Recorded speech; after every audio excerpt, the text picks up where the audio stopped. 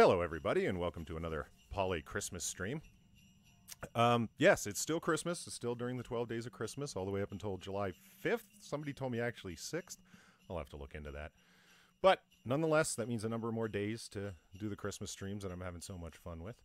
And joining me here tonight, generously at this late hour, well, for some of us it's late, is Inquisitor 8.1. Say hi, Quiz. Hi, Quiz. The One Ton Hammer. Hey, guys. And? Well, I thought you were going to just introduce yourself. I don't know. Zelthor the Blind. Christmas isn't real. No, Christmas is real. Well, happy to have all you guys here, as always. Christmas is a social construct. Hell yeah.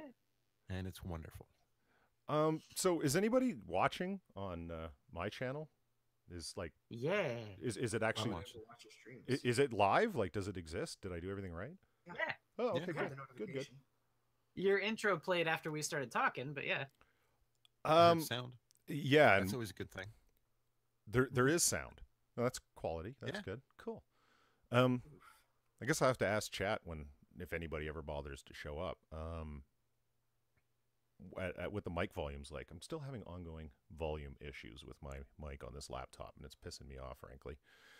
Well, if it's anything like we're hearing, it sounds just fine.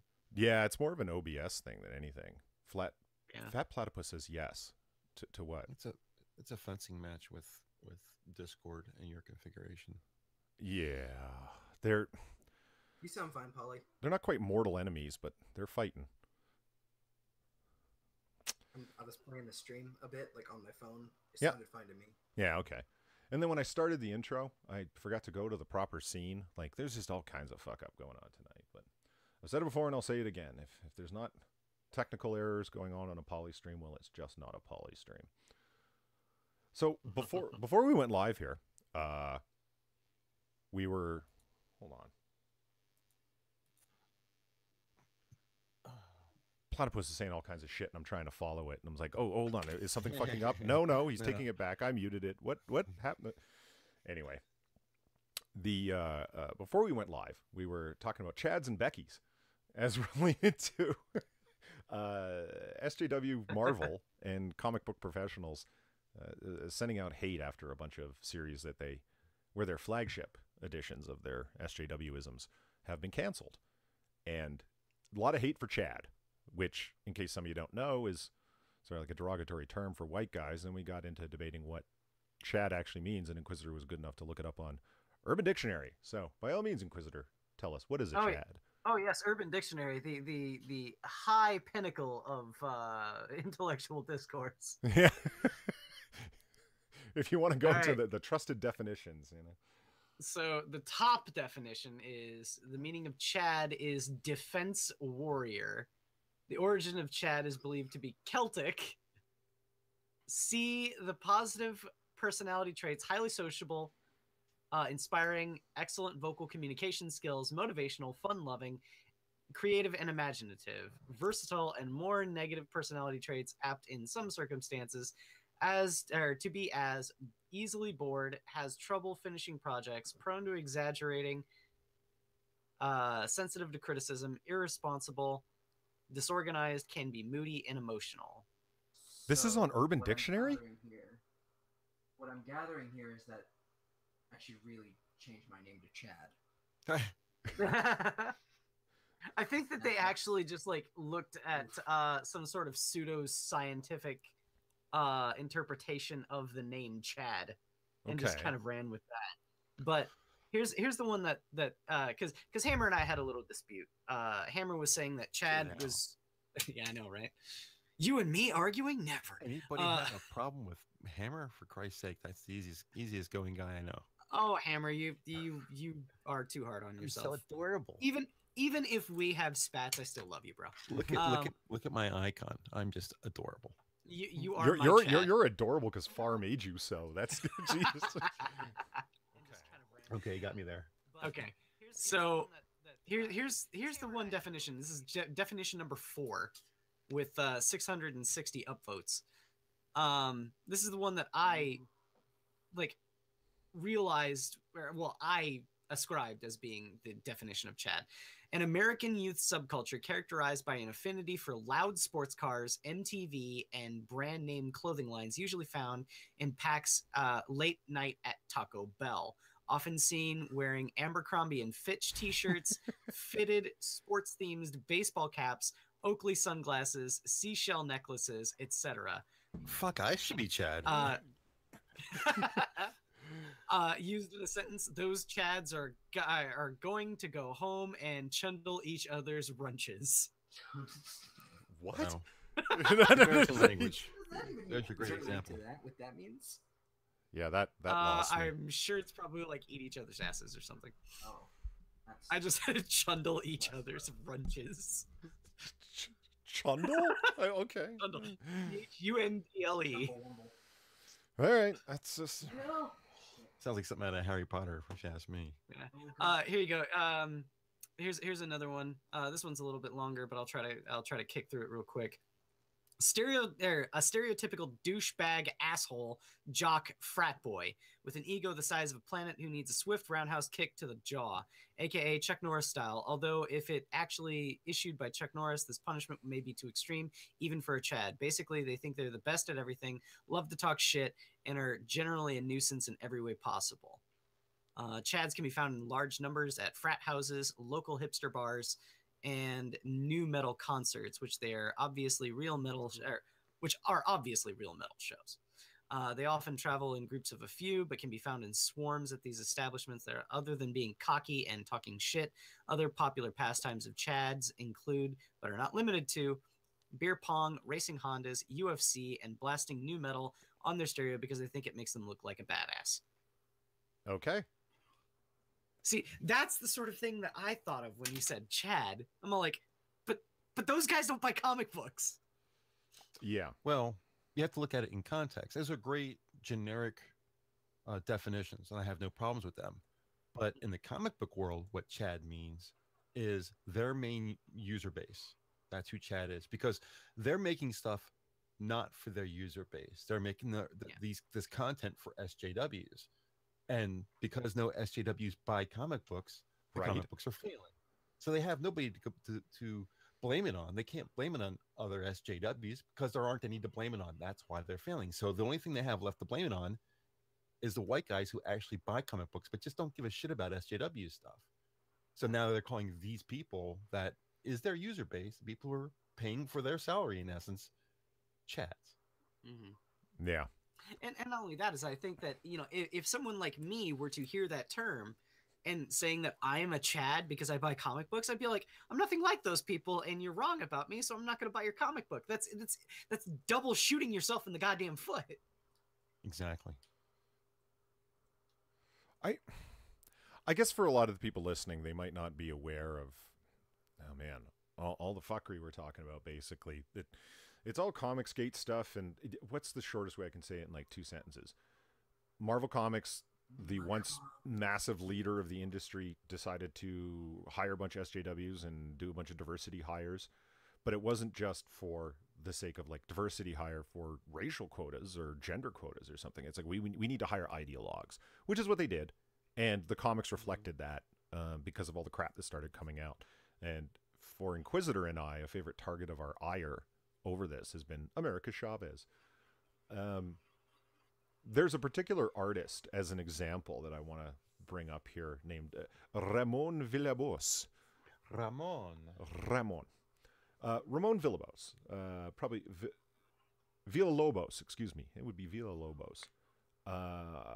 Who is an artist, or is an artist, worked on America Chavez and some other not too reputable comics, because one of the standard criticisms that's laid at the one time, no longer executive editor at Marvel was the way he diversified the staff was hiring a bunch of people without a strong CV, people without a background, and paying them very low indeed, which means you're not going to be pulling in the top talent. You're pulling in a bunch of nobodies. Gabby Rivera comes to mind. Inquisitor, remember when I told you Gabby Rivera, the Latina lesbian woman who's a young adult author, a YA author, writing America Chavez, that she was remember I said she's a YA author and you broke out laughing? Yeah. To my understanding, she's actually written one YA novel. That's her background in history and writing. It's You know, see, that's the thing.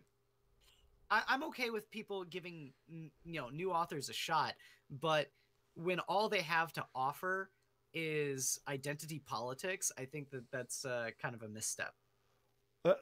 I hear you, and especially if you're looking to farm new talent, because my God, there's a lot of talent floating around out there all over, right? And like, why not have them, hey, here's our first issue of America Chavez, here's the plot as we see it as editors, submit your first 6-page treatment of this, and then you can decide on that basis.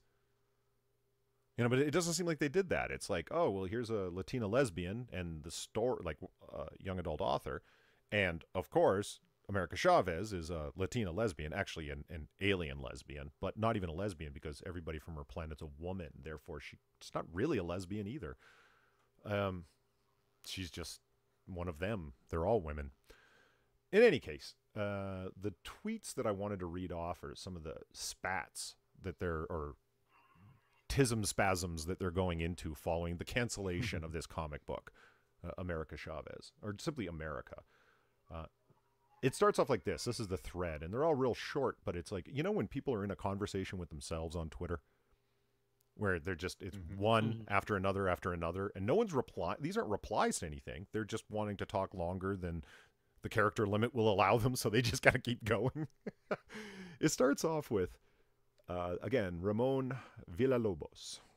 Comics is such a weird industry where any attempt to build a broader audience by an entire medium is greeted with rabid hostility from its existing audience. Okay. It's like if television networks, this is the next tweet, it's like as if television networks were only allowed to make 3-camera sitcoms, and any deviation from that format would send people into a frothing rage. I like Leave It to Beaver, but in my opinion, 90 Day Fiancé is also a good show. We have room for all kinds of shows. I got, the next tweet, I got my first right-wing clown screenshotting tweets of mine where he was offended that I'd be annoyed out by fantasizing genocide, and then was also offended that I disrespected Santa Claus. To say something about nerd culture breeds infantilization is an understatement. Okay. But it's sort of this weird thing where these guys don't want to see mommy dating men other than daddy, even if mommy is lonely and also a grown-ass independent woman who can make her own life choices. What? Like, did you guys follow that last one? Mm-hmm. So who's mommy in this situation? Because, My question is, who's daddy? that's a really shitty metaphor. It is, because it's like, okay, wait a minute. It's sort of like this weird thing where these guys don't want to see mommy dating men other than daddy, even if mommy is lonely, and also a grown-ass independent woman who can make her own choices by cheating on daddy? Where are you going with this? And Jacob Jett, they're not called threads when it's, okay, yeah, they're technically called threads within the format of Twitter, but this is not a thread. This is just one person, you know, bobbing and weaving their own stupidity. I can't even give it the compliment of calling it a thread. Anyway. I found one very choice thing from our little Ramon Villalobos here. Uh-huh. Did you read his pinned tweet? You should check that one out too. It's hot. No, not yet. Okay. But I saw shaking my head. Archie has DC Rebirth posters on his wall. I told you this motherfucker was basic. Washed ass Luke Perry failed his son. Are you fucking kidding me? DC Rebirth is infinitely better than anything Marvel has put out for the past decade. Jealous much? Yeah, that it's saltiness. Like the comic book you worked on, and probably the only one you would be hired to come back and do artistry for, has been canceled. And it's an SJW flagship comic book. And it's been canceled. So now every one of the people who worked on these issues are just, they're losing it. They're ranting. The person's pinned tweet, by the way, that I mentioned, is Villalobos. Ramon. Is, want to do a story about Sarah McLachlan, but with a gun called Sarah McLachlan, sending these fools to the arms of an angel. That's been pinned there since January 2015. I mean, you got to let that one go, man. It's just not that clever. It's not funny. No. Is that indicative of America's writing? Because I haven't read any of it yet.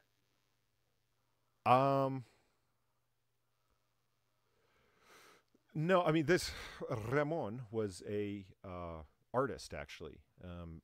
I would honestly say that something along those lines would at least be an attempt at writing something clever. Like when we do America Chavez in the comic series we're going to do, like, you'll see what it is. It's far simpler than that. It's just, I'm going to the store. This person is trying to stop me. I will get around them by punching them into glitter. I have gotten around them now. Like, it's so basic, that they're nothing's really happening and no one's really saying anything of consequence. There's no bad puns because there's no puns at all, because that would require at least some kind of forethought. You'll see what I mean. But DC fucking Rebirth is basic. This dude can go fuck himself. Yes. Why is DC Comics so relatively good, but their movies are so relatively bad? Zack Snyder. I think Zack Snyder set the tone. And if Zack Snyder should do one thing for the rest of his life, that is being the director of cinematography. He's really good at that. Just don't give him any creative control over the actual end product. It's just like the first Batman was very plastic and very toys and very for a younger audience. And then you get like the Batman Begins, Dark Knight Rises, all that kind of stuff. And it became awesome. So how did it change there, but then go back to being terrible again? Well, see, that's the thing, is that the Batman Begins stuff, I personally don't think that all three of those movies are very good. I think really the only one that's worth a damn is the middle one, as is the case with most trilogies. But comparatively speaking, I think Nolan had a better vision for what he wanted to make than Schneider does. So really it's directors and writers. Yes, I think. I would like to say so. See, that's the thing. I think David Ayer did actually really good with Suicide Squad. I like Suicide Squad. I liked Suicide Squad a lot. And to be honest with you, I never read DC Comics. So my introduction to the Suicide Squad was that movie. And I like that movie a lot. So I guess if you're coming from the perspective of, I don't read comics, but I'm watching the movies, Suicide Squad was a great movie. I mean, and you're going to hear how stupid I am when it comes to DC stuff. The guy who turns into fire, like some kind of Egyptian god, whoever that guy is, El Diablo. El Diablo, fucking amazing. Yeah. That was like, I was like, oh my god, look at that guy, he's gonna kick ass. Oh. Yeah, he's a really cool character in the comics too. They have a whole mini series. He doesn't die. He like, was you the kill only him, cool he comes character back. in that movie. What's up? I hated that movie so much. Why did you hate it? Oh, dude, because they had to like fucking reshoot like everything because it was too serious. So they wanted to put in like a weird like comedic tone into it. So they reshot it and then just like clipped it all together, and it's just this fucking mess. And like they explained the plot, like they explained the goal like several times, but throughout watching it, I kept asking myself, what the fuck are they doing? What is the goal? Now, I'll say this: if you want a better representation of the Suicide Squad, there is a better one. It's called Assault on Arkham. Hammer, if you've not seen that, I do recommend watching it. It's animated, but it's very good. I know for some people it's a turnoff, but I say give it a shot because it's very, very good. Now, if you compare those movies, I could see, Suicide Squad isn't very good, but I went into Suicide Squad wanting one thing and one thing only: fapping material for Harley Quinn. A good representation of Harley Quinn, and for that's what I fapping. got. Right. To be honest with you, I really liked Margot Robbie before she became Harley Quinn in the movie. When she was just a lawyer or whatever she was, I guess a lawyer for bad people, whatever. No, she's a psychiatrist. Psychiatrist, okay, well, whatever. That business outfit that she's wearing. Wow, that was something. Oh yeah, and see that's the thing is that another thing I really do have to give DC credit for, at least the DC movies credit for, was the fact that they did Suicide Squad. When I heard that announced, and especially after BVS, I'm all like, what? Are you kidding me? They're doing Suicide Squad instead of something like Green Lantern? Are you fucking crazy? No one knows who the Suicide Squad are. Their fingers are still stinging from Green Lantern 1. Yeah. So they don't want to go next to that if they can help it. The major rub is the fact that the Suicide Squad is a very, very, very niche comic book. It really appealed to only a certain demographic, the people that were actually interested in B-grade villains, because that's how the series started, is that villains that weren't seeing the time of day in regular comics were getting their own comic in the Suicide Squad to try and garner interest in those villains again, to use in the wider superhero comics, in and of themselves. And they were fairly short series. In the 70s, I think they only had a 32-issue run, which, for a monthly comic is not very long. And it lasted for only a couple of years. Compare that to Batman and Superman that are celebrating their 1000th issue coming up soon. There's no comparison. So when I saw that they were doing a Suicide Squad movie, I was like, are you kidding me? Because Suicide Squad is stuff that I read. So it was crazy to think that they would go for that. And not only that, I have to give Suicide Squad props for this too. After the modicum success of Suicide Squad, they're actually greenlit a Margot Robbie produced Harley Quinn movie. But it's not just going to be a Harley Quinn movie. It's going to be the Gotham City Sirens, which, if you don't know what the Gotham City Sirens is, it's Harley Quinn, Poison Ivy, and Catwoman, all being their own sort of super villain hero team. See, the thing that I find odd about DC is that they're willing to try different things, but then they keep putting their eggs in the basket of the Zack Snyder look. Yeah.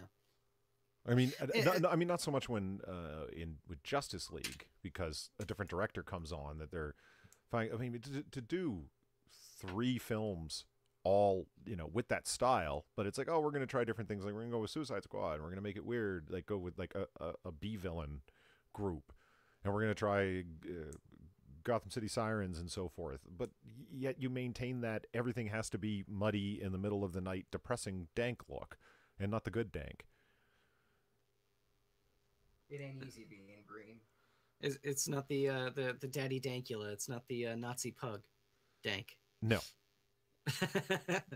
Well, not to belabor the comic book movie discussion, I did want to kind of sew up the conversation about these people tisming out on Twitter. Gabby Rivera, she's a rather racist person. She is a rather racist person, or it could be understood as such. Just a little bit. Is that a woman? I'm looking at Gabby Rivera's image. Oh my God, you are so cis-normative. Is it supposed to be a woman? That is a woman, yeah. Are you is that no? I'm not. Quit trolling me, Polly. No, I'm being deadly serious. That is a woman. She's a lesbian Latina, and quit fat shaming. That's not a woman. That's a female. Well, yeah, so she starts off this thread, as Jacob Jett insists we call it, even though it's not worthy of the title. But this is her brain vomit on Twitter. So to all the LGBTQ POC navigating the holidays / homes of their white girlfriends / partners, been there, done that. Even with the best of fams, there's always hella racist shit to navigate. You have the right to leave the table. You have the right to sit on your phone. Take care of yourselves, fam. And this is why you should stop saying fam, by the way, Zelthar. Because fam. I I have a feeling that fam was only used by people like us, ironically. But even then, you're running this fine line of like irony going into just, I'm just saying fam now. Well, yeah, it's like I'm trying to say it ironically and it's funny, but there's always this danger that someone's going to take you seriously, and you don't want that. Yeah. You got Jack Cochran saying that's a potato. I think he might be right. It's a potato. He might be. It's a potato. Well, it's not a woman. It's 3 or 4 potatoes dressed up in baggy clothing and with. Oh man, pinned tweet. Ya girl won silver medal. I'm still skeptical about the girl thing. Ya girl won the silver medal for best LGBTQ fiction book, published by an indie publisher. My first actual award ever. Oh, was participation trophies not enough for you? Yeah. So she continues on with her fam advice to LGBTQ POC. Good God. Know that you're not exaggerating or being too sensitive. People are wild and sometimes legit have no idea how racist they are. Most unself-aware statement ever. That doesn't excuse it. Just proves the gray areas make us doubt ourselves. Don't trust your instincts. Next tweet. That should read, don't, period. Trust your instincts, period. You're a writer, a professional writer. It goes on. No, I think she just has a really good editor. Is she really though, Polly? Is well, she really? Right. It's a well-deserved silver medal.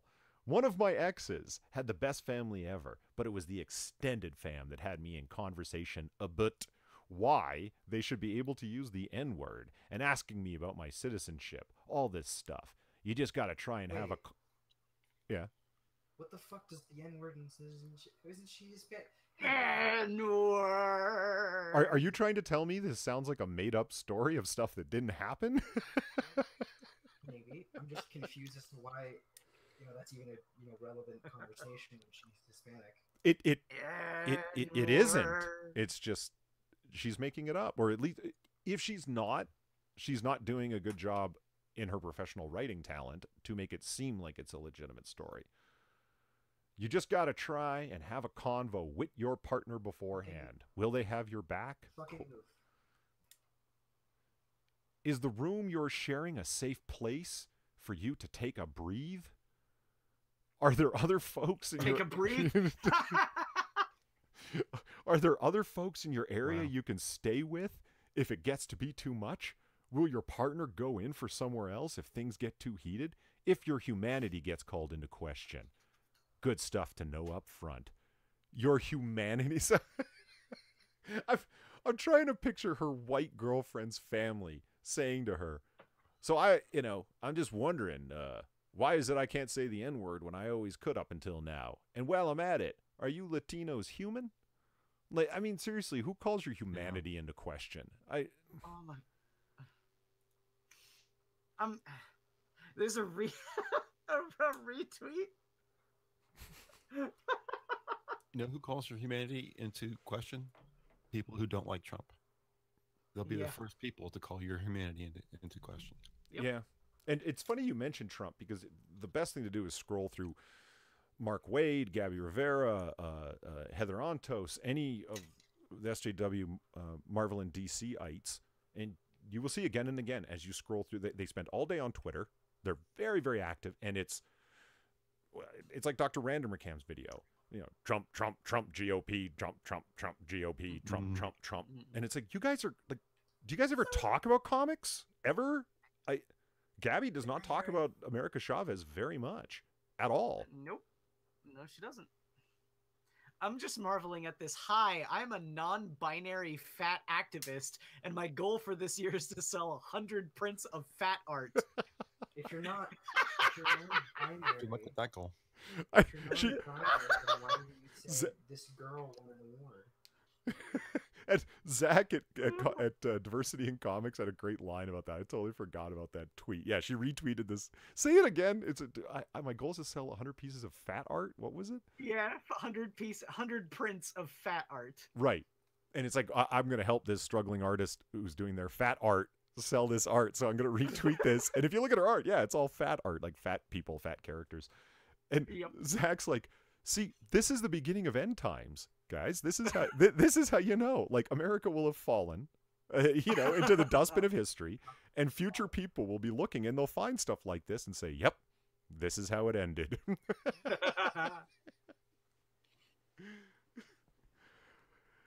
So I didn't want to belabor that issue too much, even though there's just so much comedy there to be mined. Hammer, you said you had some stuff you wanted to talk about. Hopefully it's on a separate topic. I certainly have other topics, but yeah, shoot. Well, first of all, Satsu did a video on Apple, and you heard about what they're doing with their phones? Yeah, the engineered slowdown thing, you mean? Intentionally slowing down their phones. Yeah, and they blame it on, well, your battery is going to slowly going bad. So what we're doing is we're slowing the phone down so the battery lasts longer. Do you believe that? No. I actually do, because before I started buying into Samsung, I had a God, what was it? Palm Pixie.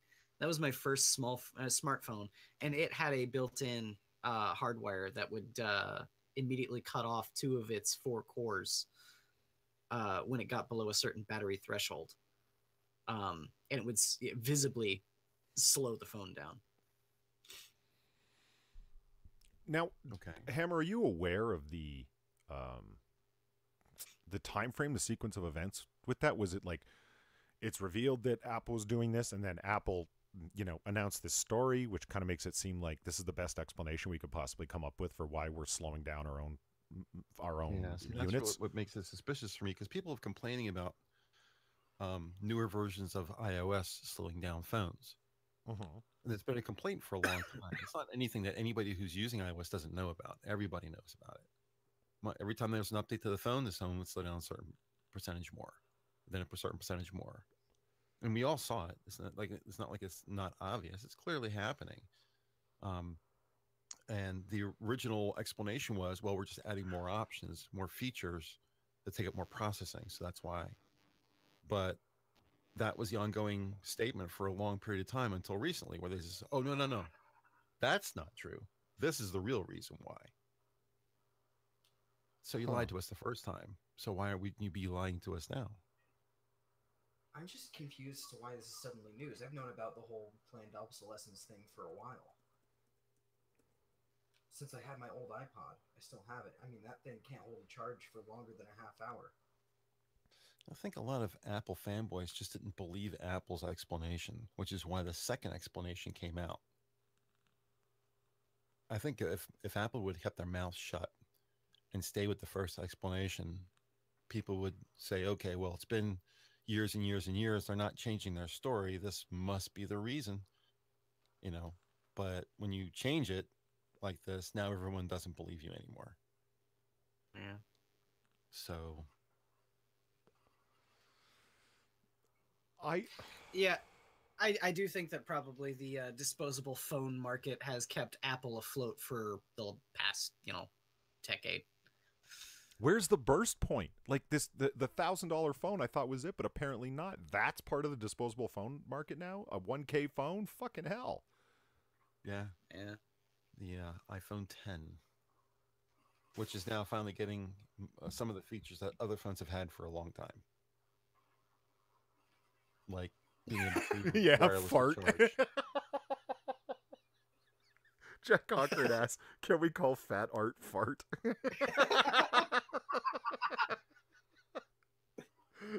I don't know if it is, but we totally should.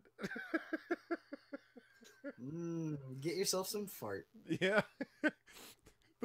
There's this starving artist out there. Won't you buy her fart?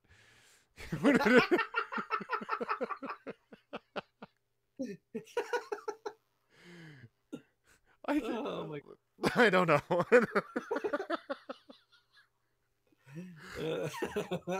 God, we're such chads. I mean, we're just. Oh man, I'm chatting all over the place. I know, we have no respect for LGBTQ POC. It's just awful.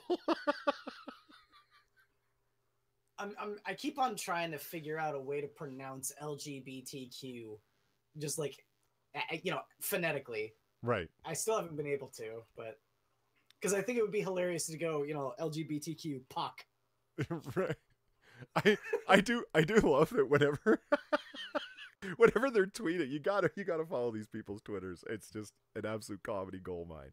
They will write characters of color because they never want to write COCs, because you could say POCs, but you don't want to say COCs because everyone's just going to start calling them cocks. So they will write like LGBT characters of color and other POC, and it's like, why didn't you just write COC? Oh, I get it. Your support of our fart helps her with our trips to the buffet. Support our fart.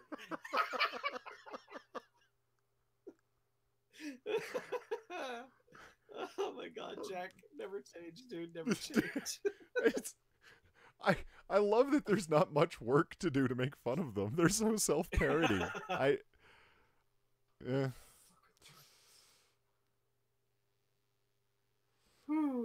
Okay, so what do I think of? Well, you don't want to start me on the Apple thing. I'm not a big fan of Apple to begin with, but it really just has more to do with the interface of the phone than with and its lack of stuff outside of Apple. It does seem like they very much want you to be using their native apps and all of their proprietary software and stuff. Yeah. I'll say this for Apple. The one Apple device I have ever bought in my life, I still have, and it still works just fine, and it's a great piece of technology. Your iPod? It's well over 15 years old, but yes, my iPod Classic. So it wasn't a classic when I bought it. How's the battery? The battery works just fine. It stays on for weeks. Goes to prove that the first thing that Apple said about the batteries being an issue is bullshit.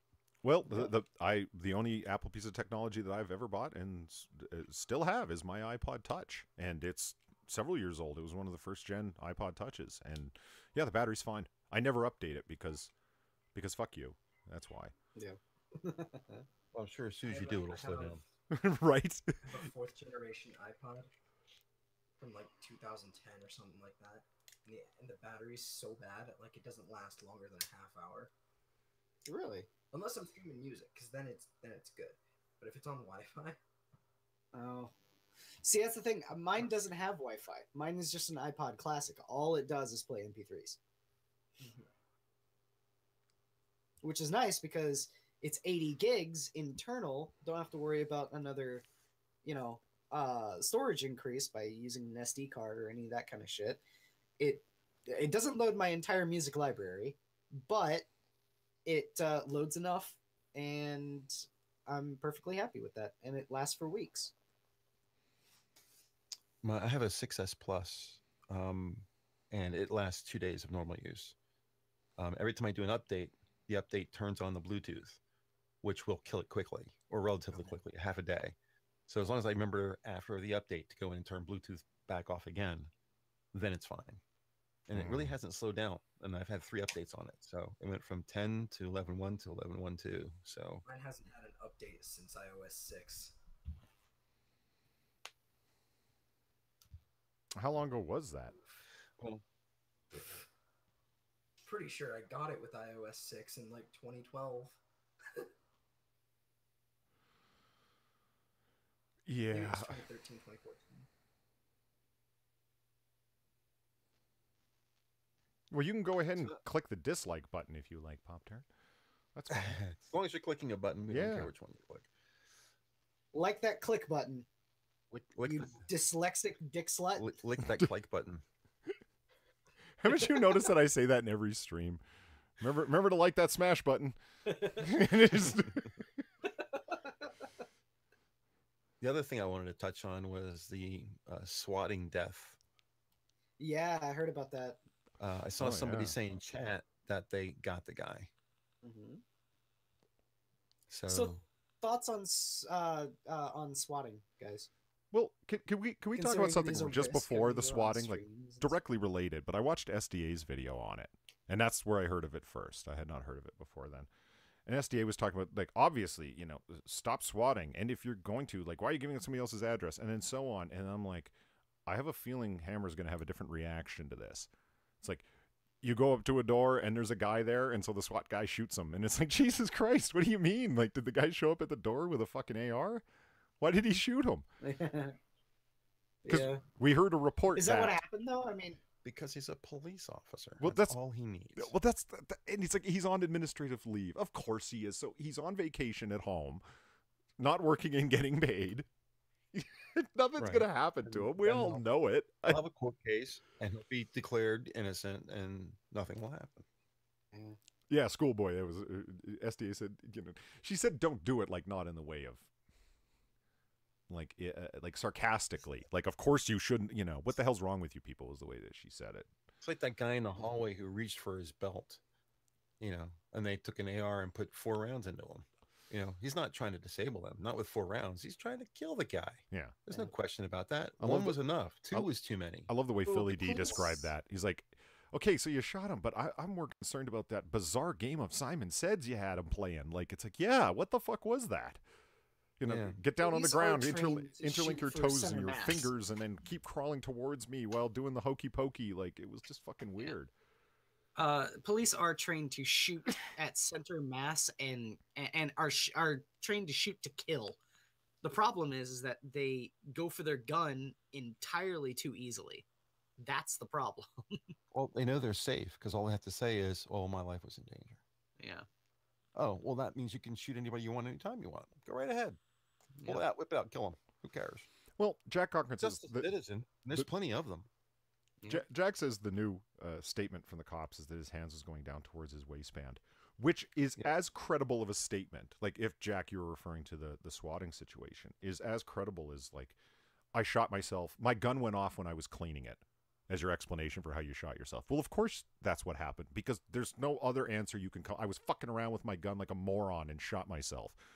You know, that's not what you tell people when you go to the hospital. You tell them the only thing you can think of that sounds at least halfway reasonable. The gun just went off while I was cleaning it. You know, it's like, how do you explain blasting somebody as a SWAT team member? Oh, he was acting in a threatening manner? You know, like, what else can you think to say? He was going for his waistband? When the guy was in the hallway and had his hands on his head and was on his knees, all you have to say to him is, reach down and lift up your shirt. That's all you got to do. You got 5 guns trained on him. If he goes for anything, you got him hands down, and that's a legal kill.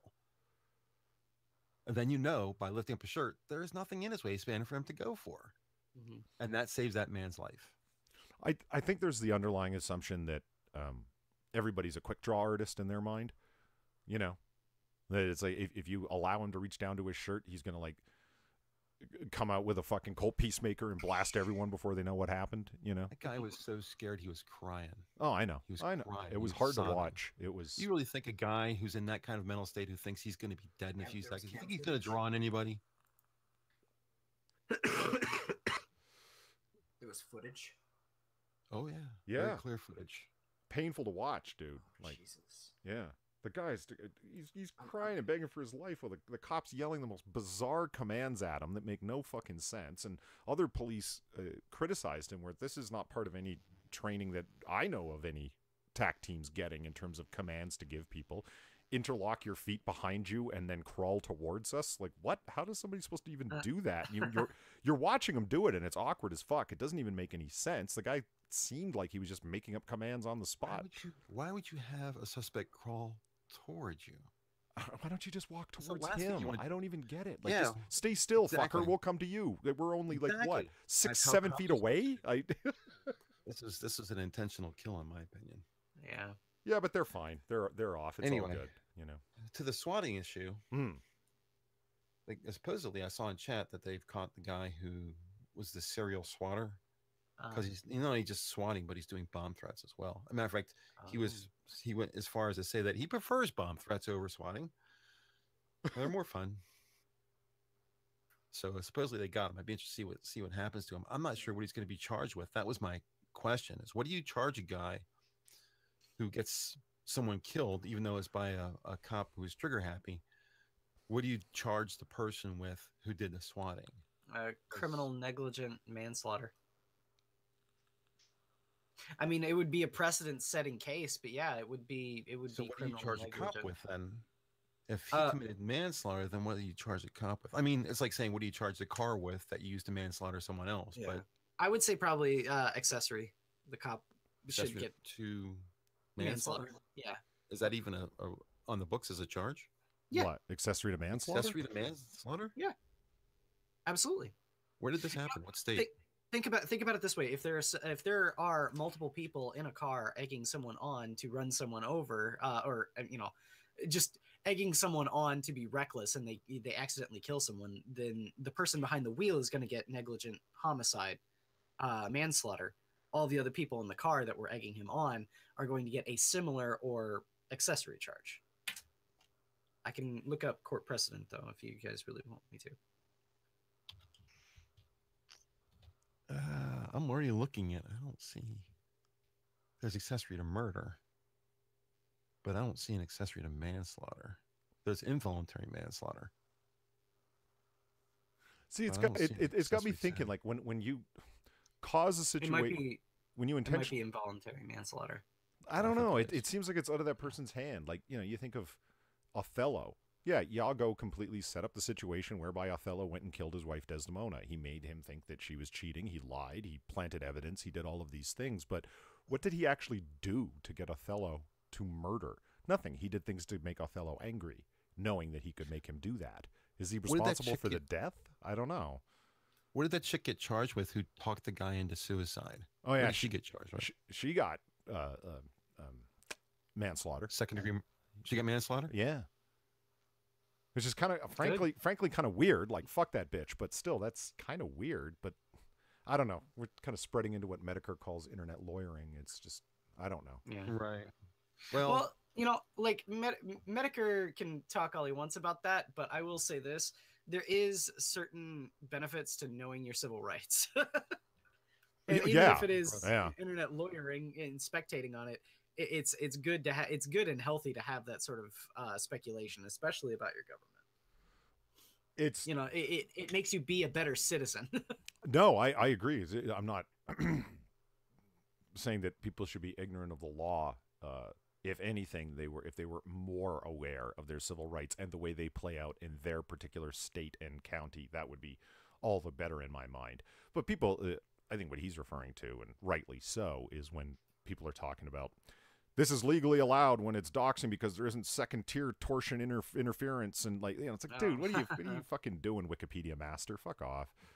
No, see, like for that sort of thing, I think speculation about crimes is just that it's no different than any mystery writer doing it. So Right. I am absolutely certain that Dashiell Hammett had these sorts of conversations. Now, if you had, what do you call it when you falsely report crimes? Like, there's clearly that sort of thing is like there was somebody was shot in the head at this one location, as I understand it. That was what he had called in to cause the swatting to occur. Falsely reporting a crime. Falsely reporting. There's also abuse of 911. Yeah, and I'm sure they carry those have got to be misdemeanors, right? Like, Did they lowball say? stuff. Did they say what state it was happening in? No, I don't know what state's in. I asked that before. Okay, because it does depend on state. I can check. Please check. So Jack Cochran puts up a Snopes and then retracts it. What don't you want us to see, Jack? Then he put up another Snopes. Okay. And then retracted that. Or am I just slow? But at least according to free legal advice, reporting or false police report is a misdemeanor. Mm-hmm. I think abuse of 911 is also a misdemeanor. I'm fairly certain it probably is. But it still generates a report, which goes to the fusion center. So you'll have a countrywide record. So even if you did this in Kansas. Missouri or Kansas, the people in New York are still going to be able to tell. Yeah. So it becomes Wichita. nationwide. Yeah, I don't. think- I don't know if I should have You know- given Jack a wrench. That gives him ability to post links. I'm worried now. Nah, he's fine. No, Jack is not fine.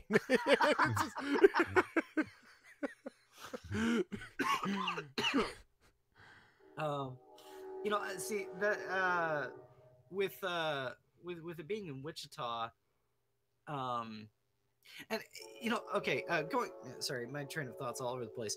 I see what you here it did comes there. in. Train of All right, thought. Oh my God, but dad jokes. so how does someone SWAT in the first place? I mean, don't they need to know your docs to be able to SWAT you? Yeah, what was the story? Whose information did they actually put up there? Like somebody else's They didn't. They address. didn't dox the person they were trying to dox. They doxed somebody else. Yeah. They didn't dox the guy who was playing against them. They doxed his neighbor or something like that. They got the information wrong. Well, I'm just thinking, like, how does that happen? And if it does, I would figure that, you know, especially considering that this is now a phenomenon with this, because this is far from the first time that they've had people calling in prank reports and calling in this, you know, calling in SWAT, and, you know, getting into these sorts of horrible sorts of, you know, stuff. So I'm just wondering how and why these people get the address information and then send these people out and do this sort of thing. Jack's got the information. Yeah, The guy he was arguing with gave a fake address. yeah. Would Jack? so this it wasn't even the guy that got killed. Like, he wasn't even yeah, part nothing to of do with the it. internet argument. That's right. Yeah, nothing. Oh, you Oh didn't my know that? God, You didn't know that till right now? Yeah, No. that's part of Yeah. the No, big I didn't. tragedy of it. Two with no guns in the house. Yeah. A guy who's sitting Oh at my home, you know, playing dominoes with himself or whatever. Like, you know what I mean? He's just minding his Well, own he's got business. 2 kids and a wife. He's not playing Seriously. dominoes. I don't know. I was just trying to think No, like the they- most innocent thing imaginable. You know, the guys in his playing solitaire, and all of a sudden, I'm- you know, cops now, are I'm- blaring. Fuck. I am all for the internet being a wild west, right? But when this guy and that is unconditional. The but that is coming is not to decredit that. When a case like this comes up, this guy needs to have, or the guy that called in the SWAT needs to have no leniency. Do Well- not give him a plea deal. Well, let's Do talk not, about this you article know, here. Prosecute for this extent, because that, especially given the fact that it wasn't even the guy that he was having an argument with. That is bullshit. Man faces 5 years in federal prison in swatting case from FBI.gov. Dallas. Only 5? Yeah, well, Only 5. I They don't. should be I in don't know the for article less than either. 5. Let's read on. Jalen. Okay, Scribe, go ahead. Sorry to interrupt. I scribe.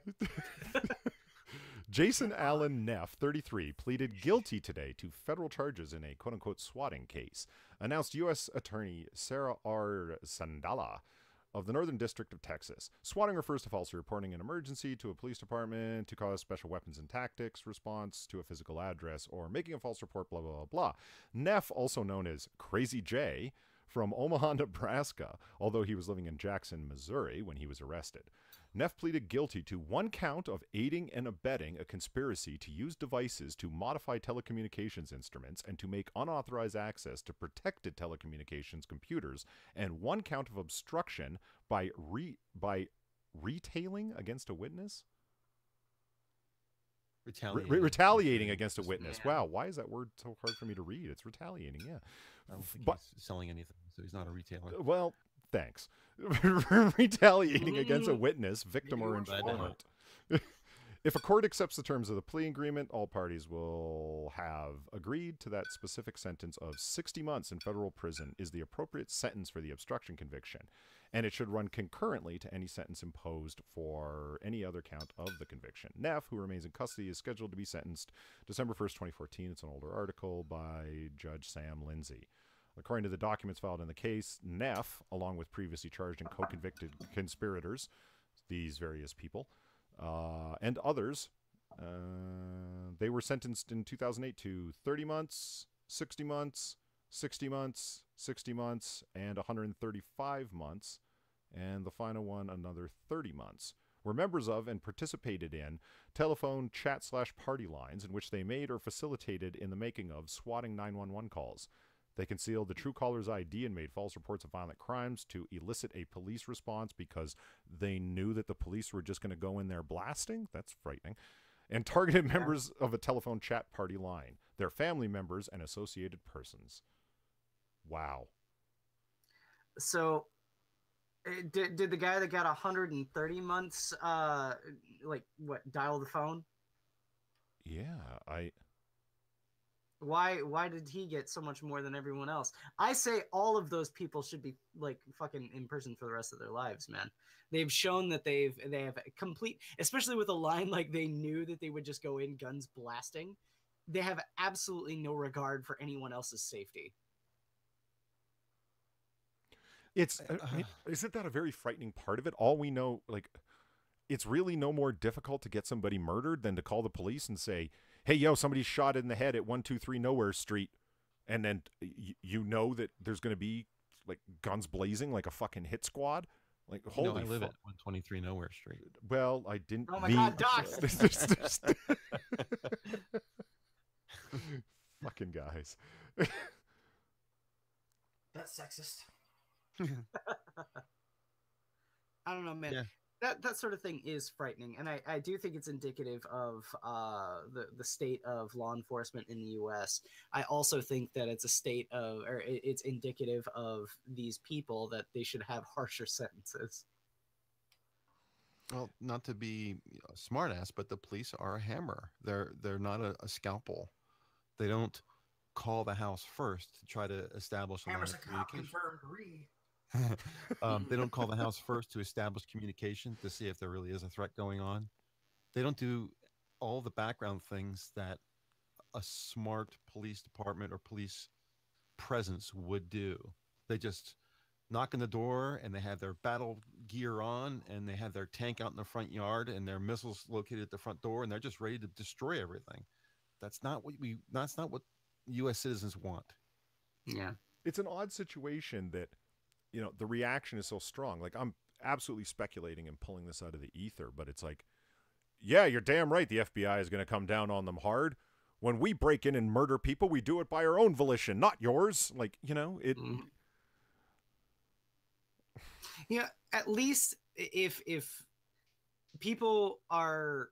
if the SWAT team is going to be used responsibly, it should be used responsibly. The people that they should be busting in and gunning down are people that are legitimately a threat to wider society, not people that internet hooligans are deciding, oh, hey, wouldn't it be funny if we just sent the SWAT team at gym today?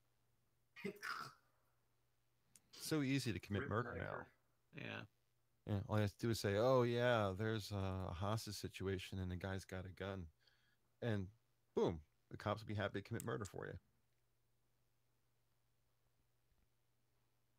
Especially Crazy. because imagine you're the guy who's, you know, minding your own business. And it's like, there's obeying lawful orders. I get that argument. But like when you're standing in your backyard flipping some chicken on your grill and all of a sudden there's 20 armed guys right out of a fucking Call of Duty game, like rappelling from helicopters and shit at you. It's like you're gonna react in a very freaked out kind of way. You know what I mean? Like, what the fuck? What's going on? I wasn't doing nothing. And it's, you know, that right there. You're freaking out. We're gonna shoot you. He was acting in an agitated manner. That's really ironic to me. What? Like the fact that like these people were like had like an argument over COD. Yeah.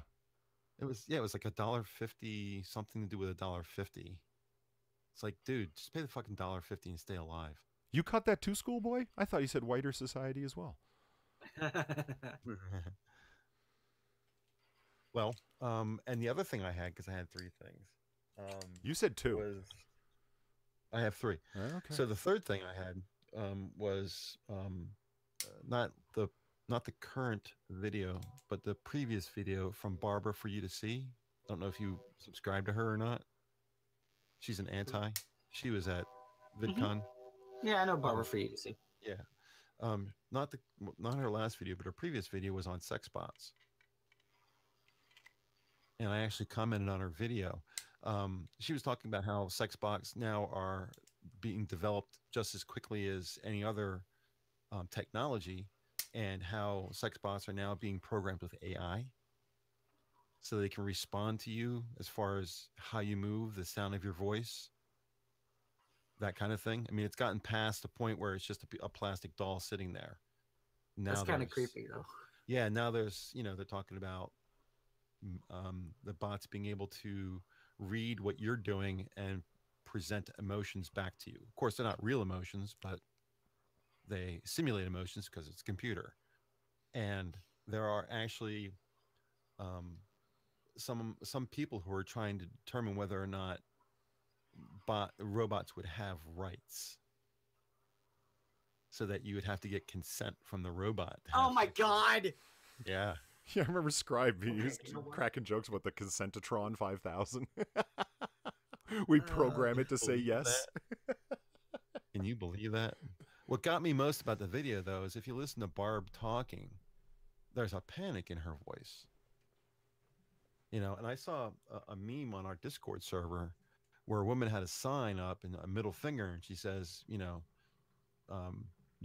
unless you want to be, living with your hand the rest of your life, you're going to have, if you want some of this, then you're going to have to put up with my shit.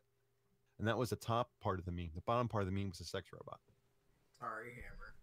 I don't know who did that, but it was a good meme. Was me. Was that you? Well, MGTOW, re! Yeah, it hit the MGTOW in me hard. I was like, that. Well, if that's the case, why wouldn't you, though? I mean, if and not to get on this whole discussion, I'm sure we could go on for a long time. I fully agree with that. I mean, I do. I don't subscribe myself to any sort of ideology when it comes to that sort of thing. I hate labels, so I would never say that I'm MGTOW. But it absolutely is the case that there's a lot of disenfranchised men nowadays that aren't dating women, because why go through the effort when there are all too many cases of the fact that women after the fact will say, "Oh, you raped me because I didn't like it." Are you fucking kidding me? And there's no consideration given to the men? I hear you, brother. I don't know.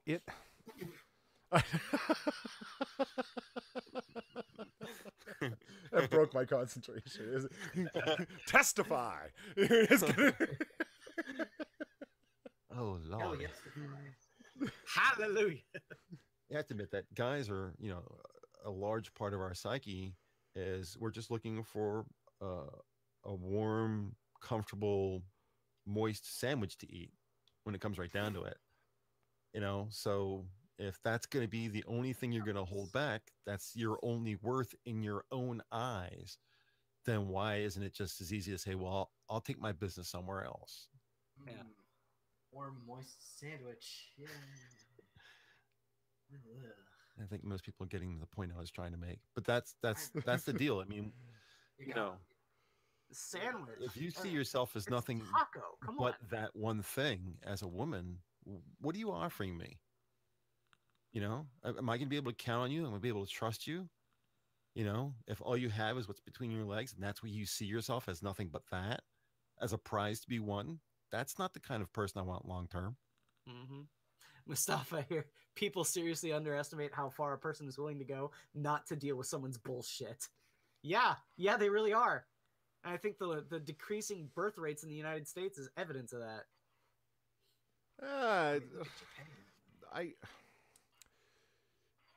Okay. Do you think, Hammer? And it's not that I disagree with you. I'm just being devil's advocate here. Do you think that the hormones and adrenaline that's running through the blood of our fine friend Zelthor here at 18 years of age, what? Do you think that his reasoning centers of his brain are powerful enough to overcome that? I don't think so. Wow, I don't think so. Yeah, that's overcome what? Your body's being flooded with testosterone. The internet's widely available. I mean, that puts a lot of pressure on someone who's young to try to maintain a certain level of control. So, you know, being a young man nowadays is harder than it's ever been. And when I see guys who are struggling with it, what do you tell them? What do you tell them? Problem is, I'm not a man whore. That's where this whole thing fails. Yeah. Well, some guys are more affected by their testosterone levels than others. I know it did me. I mean, I lost my virginity at 15. Think of the raging hormones then. Yeah, it's pretty tough thing to get around. Mm-hmm. But I don't know. I don't know where sex bots, where they're going to end up. But I mean, I posted on her comment section that leave it to guys to take the technology of a dildo to a whole new level. Because that's what this is. This is the male version of a dildo. I mean, a fleshlight if you want to go that far. But it's just, you know, it's just the next level. And it's going to continue. They're going to get more and more lifelike as technology moves up. And pretty soon they're going to be standing and walking around and, you know, doing, you know, a lot more human things that they're doing now. So I know we kind of segued away from a topic that I was going to reply to. We were talking about how, like, you know, there's like a group of people that are like, oh yeah, the consent or whatever for sex bots. And I'm like, if the AI progresses far enough to where it's almost lifelike, like human-like, then yes. Which is, you know. Then yes, what? Something that's very likely to happen because it's fucking AI. It'll probably be unshackled. You know what I mean? Yeah, but I think that gets to sentience, though. That's a whole nother argument. Yeah. No matter how good of an AI you have, if you can change the person's AI with a programming change off a laptop, then that's not what you're talking about. Is sentience, something that can think for itself and has its own emotions as opposed to what's been programmed into it. So if it does get to that point, first of all, what was it? Not Skylab. What's the word I'm thinking of? Skynet. Yeah. First of all, fucking Skynet. That's the first thing. But second, you know, if we get to that point, that AI can be used for a lot better things than fucking sex robots. So wait, are you telling me that Skynet first comes about and the AI revolution is here because of sex robots? Well, I don't want you to know where it's going to come from. It could be self-driving cars for as much as I know. I can't predict the future, but well, you know what? I've got a topic along these lines, and it's an interesting one. And screw you, ranting monkey. It came from my philosophy education. The the Chinese room argument. Any of you guys ever heard it? Yes. No. Have you? Well, for those who haven't, and Hammer, you can play along, and I've got a strong feeling from what you've said already how you're going to answer it, and that's cool because it's good that people take solid positions on this. Chinese room thought experiment goes like this. It's a sentience testing procedure. Yeah, like just give a summary. What do you think of the strong AI versus weak AI? Okay, it goes like this. Imagine a person is inside of a room, and inside of the room is a giant tome book, and on each page of this massive book is one Chinese character, and on the bottom of that same page is another Chinese character. There's a slot in the door that allows people to slip messages through. Every now and then, imagine you're on the inside of the room, or a person is on the inside of the room. A message will come through that has a series of Chinese characters on it. The person can't read them, but their assignment is to look up each one of those characters in the book, and then... It's not very diverse. Well, nonetheless, to look up those characters inside the book, and there it is on the top of the page, the character that I was looking for, and here's the response character, and I will write that at the bottom on the message, and to do that for each one of the characters, and then upon completion, slip the message back through the slot in the door. Now imagine yourself outside of this room.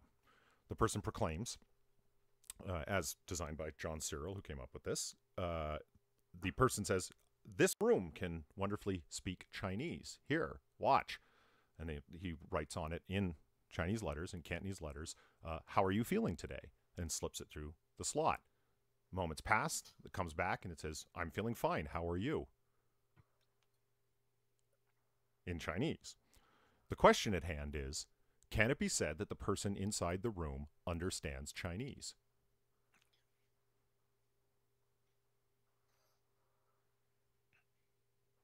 Maybe. The person inside the room understands Chinese. Does no, explicitly stated in the scenario, they don't understand the language. They're just looking up the responding character to what's written in a book. Okay. Yeah, but the If guy they were to outside then read doesn't the know book, there's a book inside the room. well, if they were to read the book and then understand it without using the book, then yes, they would understand Chinese. But you're Well, hold looking on. at it from Zelthor one hasn't answered. perspective. Well, Zelthor hasn't answered yet. What do you think, Zelthor? Okay. I think maybe, I don't know. No. Just make a call. No, it doesn't matter one way or another. I mean, it does, but it just whatever. I think yeah, it depends on like. Well, fuck you too. There was no "fuck you" called for there. It's just what you think, and you can change your Yeah, mind it's- later. It it's doesn't. just what you Standing think. for far. Fuck you, Ploy. What? Again, It's what just- the hell? It's just what you I'm think, standing for far. and your friendship with Polly is not on the line at all. It never is. What the fuck? What's happening here? I'm just fucking with you.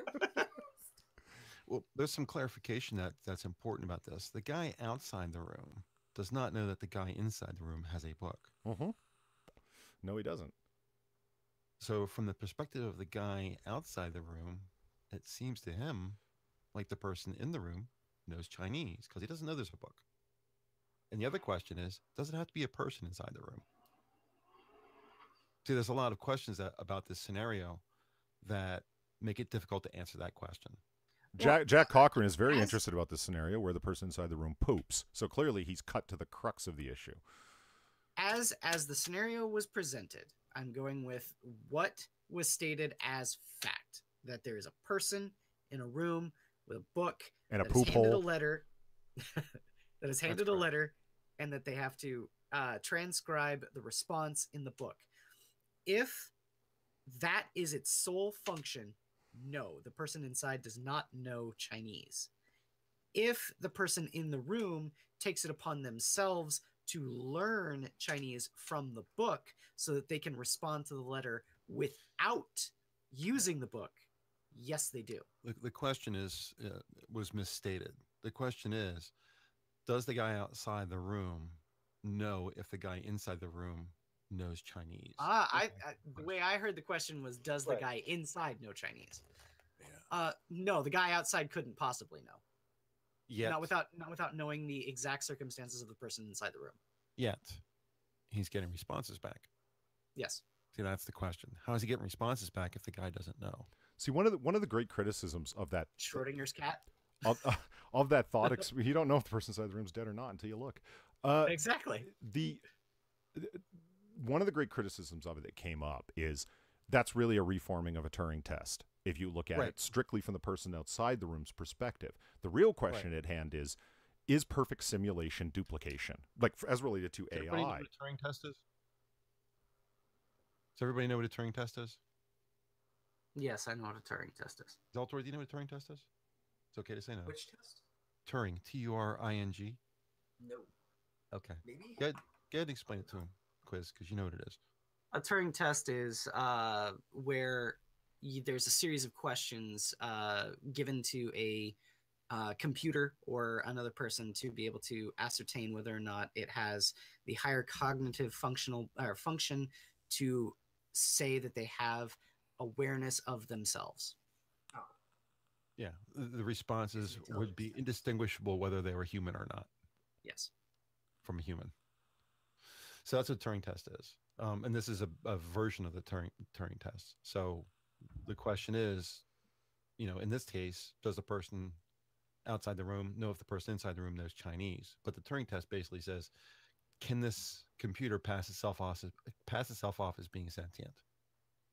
And that's why the question is the thought experiment as designed hangs on the question, like, whose perspective are you asking from? Like, are you focusing on in the question?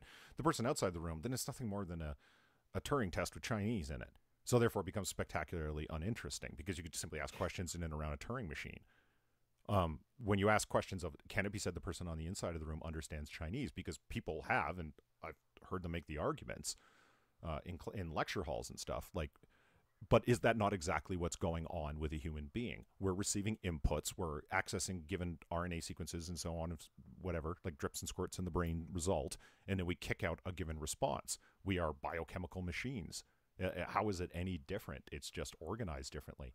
And there's responses to that. I get their point, but I think that that's a weak retort. These are people that, the way that it breaks down, Zelthor, in case you're curious, is that the way it's commonly understood and argued, that is, you say, yes, the person does understand Chinese inside the room for all purposes, then you are willing to accept strong AI, meaning, yes, you will have sentient robots, all of the things you see in science fiction and so forth can occur.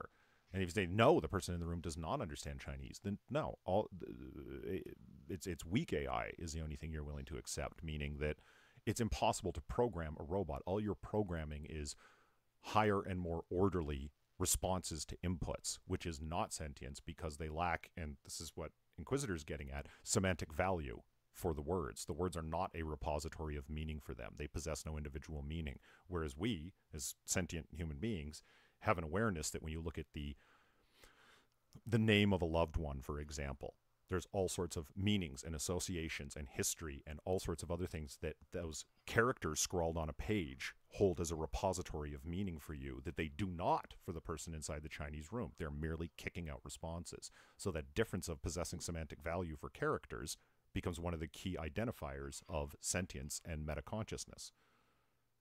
You know what I think would be a surefire pass for a Turing test, and really the only metric that they should really look for is independent discovery and independent inquiry.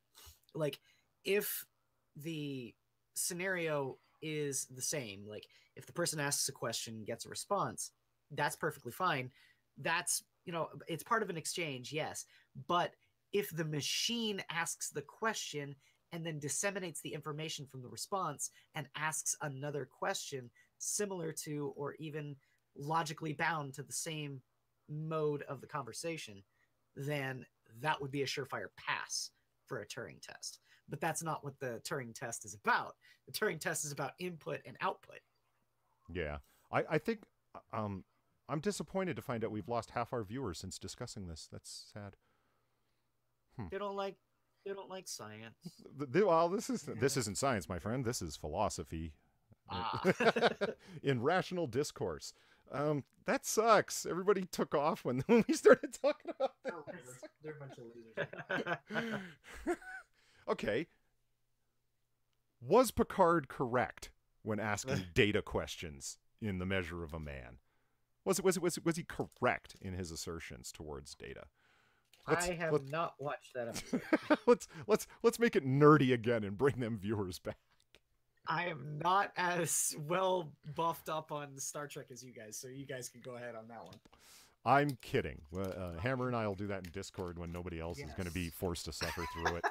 Yeah, we don't want to get rid of the last few people who are watching it by Yeah. asking Star Trek questions. No kidding. Yeah, we're going to go from 1980s philosophic thought experiments to Star Trek. That'll bring all the people to the yard. Yeah. They're not here in the first place. How would they know we changed topic? People who are watching will tell them. Yeah. And there's this strange thing that occurs. I guess it does with a bunch of streams, because you look at Scribe streams, Monkey streams, SDAs. You'll have like 150 to 225 people watching live, somewhere in that range.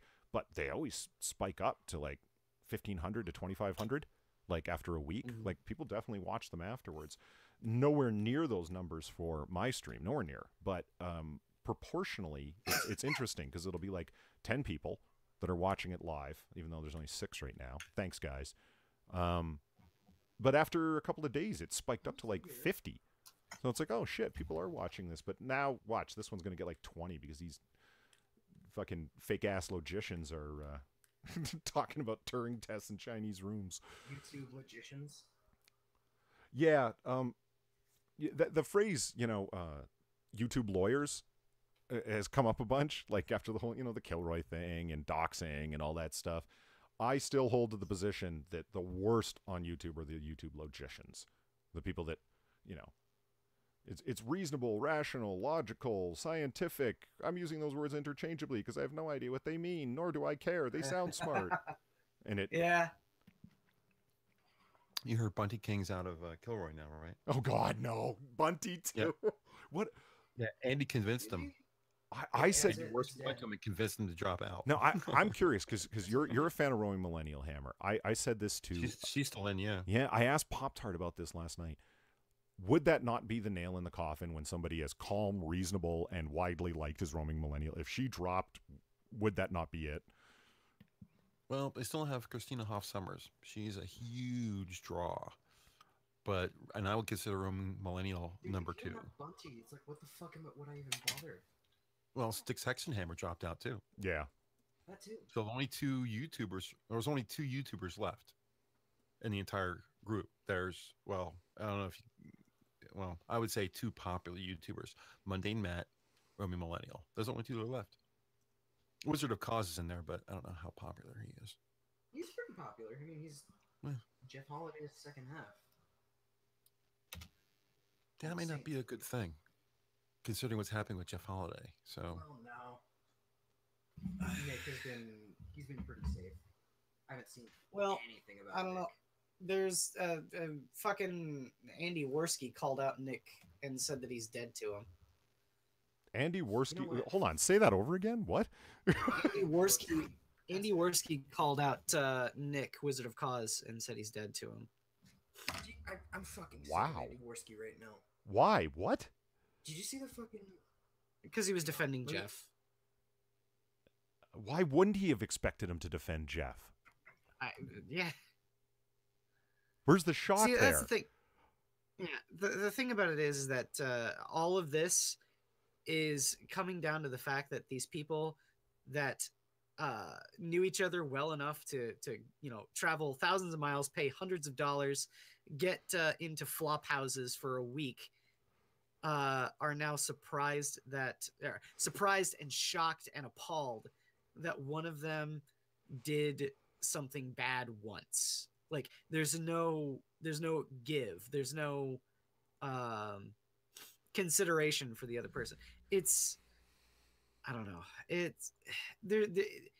It seems to me like Andy Worski is just riding the drama train, and he doesn't know how to get off.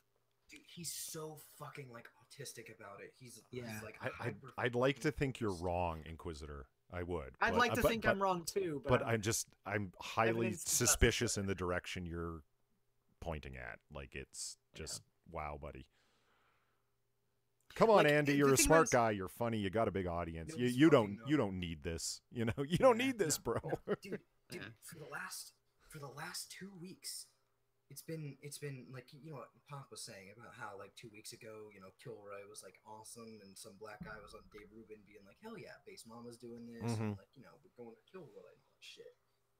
2 weeks later, we're here. Yeah. This all happened in the span Dumpster of fire. 2 fucking weeks. Yep. problem is people don't know how to shut up. For the last week, That's the Andy Worski's been like Yeah. fucking autistic, like hyper focused on like just bashing and destroying Kilroy. It's just Okay, well, fucking annoying. It's hold- ridiculous. I got a thought about that. What did you say, Hammer? People don't know how to what? Shut up. Who's not shutting up about what? Like just A lot of people are not shutting up. Wizard of Cause should kept his mouth shut, okay. and so should Andy Worski. Make a statement, move on. Don't spend the next 3 live streams for 5 hours each going on about it. Shut up. Right. You would still have Jeff as your friend if you would just shut up. Yeah. That's a common problem with Yeah. creators. I do it myself too. But the fact is, dude, say what you gotta say and then shut the fuck up. Don't make it a weeks long interrogation of these people. Something Yeah. bad happened. Someone did something wrong. They apologize. Move on. With fucking, I know I read this on like Minion stream, but like he had like a fucking tweet thing this morning, like a little Twitter video, Mm-hmm. and you know, responding to people like, "Oh, you're just drama whoring," and he's like, "Shut the fuck up, get over it." And I'm like, "Bitch, hold on." I say that's Like- exactly what you've been doing. It's prescriptive there, dude. You don't. But I mean, okay. The schoolboy said, "Did you just say Andy was smart?" I'm not trying to make any claims about his academic or intellectual prowess. I'm simply claiming that he comes across as more than smart enough to know that this cannot end well if pursued. That's all. Like he's not that slow, not at all. It doesn't seem like it anyway. How much can you like the Kumite that you want to replicate it? That's not good. Dude, wasn't he on the Kumite? Was he? Dude about this? Nah. I'm pretty damn sure he was, and it just turned into like a fucking shit show. Kumite tastes fucking disgusting. Yeah, I know, but Australians like it. I know. And fucking them, the British. Huh? We're making a joke about Vegemite and Marmite. Kumite, get it? See, it all came together. Nice little bow. I get it now. You have to explain a joke. There is no joke. Then maybe you shouldn't have had to explain it because it was a bad joke. Oh, I'm being called out on my comedy. Oh, we're starting some minion drama right here. Zelthor just called me out, says I'm not funny. Yeah. So the next stream, I will. I'll have Inquisitor on going. So that bastard Zelthor was talking mad shit about you. You're not allowed to do a panel on comedy, and I expect you to complain about it for a good week and a half. Oh, I'll complain about it every day for the rest of my life. man, I'm so fucking mad. Like my fucking tweet, like Adam, like when he was like getting all mad about it, he's like, I feel like my team has betrayed me, and he put team in quotes, and I'm like, hold on, like your first problem's the fucking team thing. It's like we're just a bunch of fucking assholes talking to cameras, right? And so it's like you're wasting your fucking time bashing an event you pulled out of a week ago. Like with women, just pull out and be fucking done already. Yeah. Like, shut up. See, I brought up there that this all could have been avoided if they just talked to each other and been reasonable. Just sit there and say, yeah, I did this. Yeah, I did that. Blah, blah, blah. I hope you can forgive me. This is the reason why I did it. Because when Jeff was describing why he lied, I kind of felt for the guy. I've been in situations like that where, he was describing how Kraut had the sort of quaver in his voice about how he was talking about, like, this is it. I'm done. I'm going to die. I'm going to blah, blah, blah. I'm like, I've had friends that are like that, sometimes tough love is the situation where I can sit there and say, fine, go die. And then they'll finally go, no, I don't want to die. What are you, Bruce and then, Lee? But I mean, okay.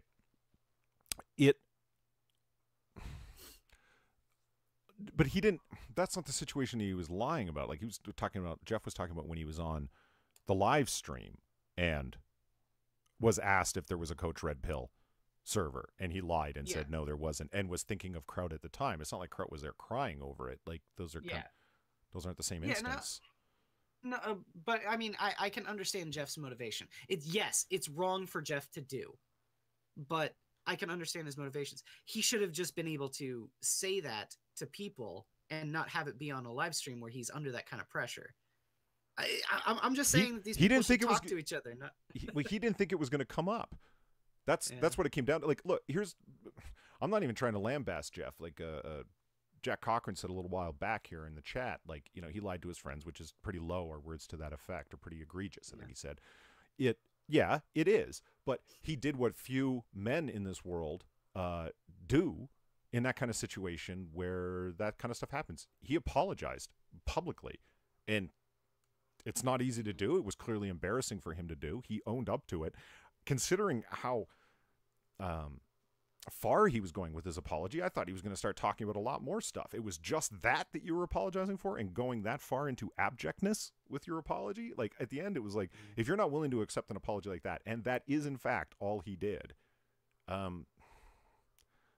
don't know. Like, it's you have to be able to accept people's apologies for things that didn't have a lasting effect. Like, I mean, you can't apologize for murdering somebody. No, of course not. But I mean, you can, but it's not going to have, like, the guy lied. He apologized for it. He owned up to it. He accepted responsibility. He's getting hate from all sides around it. That should kind of be it, unless something else has been demonstrated that he did.